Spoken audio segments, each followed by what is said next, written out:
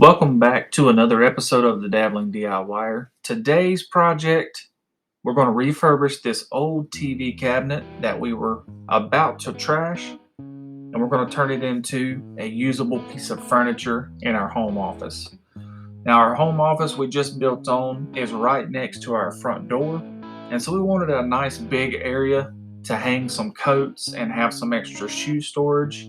So we're going to turn this TV cabinet into a coat armoire or wardrobe or just a regular coat rack, whatever you want to call it. So we drug it into the kitchen. The first thing we did was we took some cabinet deglosser and we deglossed the entire cabinet. Now the reason that I did this was because this cabinet had a shellac or a polyurethane on it, and I wanted to get as much of that off as I could. Now, I've made the mistakes in the past of painting over top of a polyurethane for a clear coat, and I had to sand that all off and repaint it again, so I'm not going to make that mistake again. Once we cleaned all of the polyurethane off or deglossed it, we did take 120 grit sandpaper and we roughed up the entire surface of this old TV cabinet, soon to be coat rack. Now that we have deglossed the cabinet and sanded it down, the next step is going to be wiping it down and cleaning it really well before we paint. I have a lot of help today, so we wiped it down and then we got to the next step. Now I did have to put a piece of plywood at the back of this just to cover that old TV hole. I didn't quite have a big enough piece, and I didn't want to go out and spend my entire paycheck on a sheet of plywood, so I used what I had. I took some corner molding from some old flooring projects, put the piece of plywood in, and then I put molding around the outside, and this will look great once we get it painted. Now these boards here, they are going to be our supports for our bar or our coat rack bar. What I'm doing here is I'm going to go ahead and mark the holes out for the bar, and we will go ahead and drill them out so that we can install these after we get the painting done. I took a hole saw, cut these out, and then I sanded them down and set them to the side.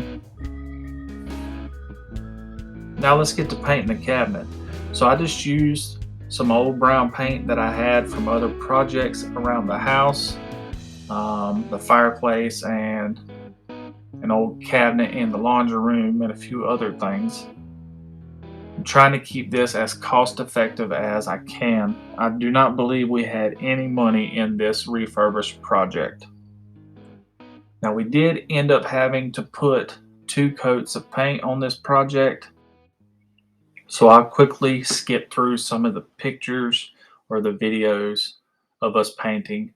We did a nice thin coat with foam rollers just to get a nice even coat, and in the end you will see that it leaves a nice sheen on here as well. Some of these areas were a little bit of a pain to get to, but that adds character and detail to the cabinet, and that's what we're looking for.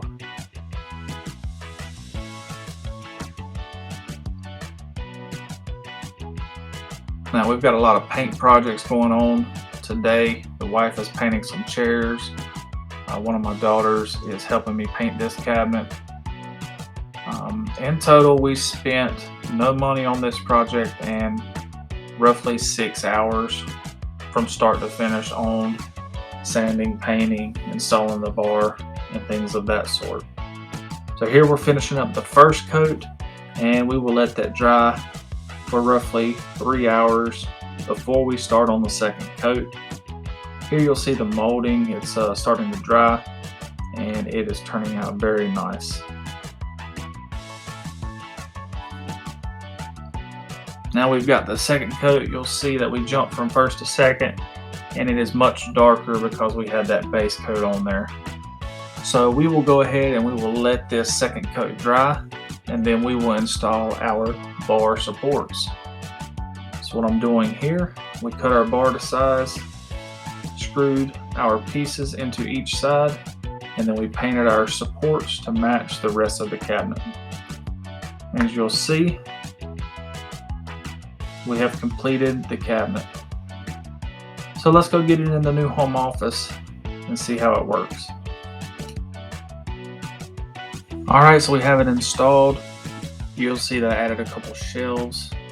Now to the right of these barn doors is our front door, so now we can walk directly into the office, put our shoes on the bottom, hang our coats on the rack, and now we have a functional coat rack.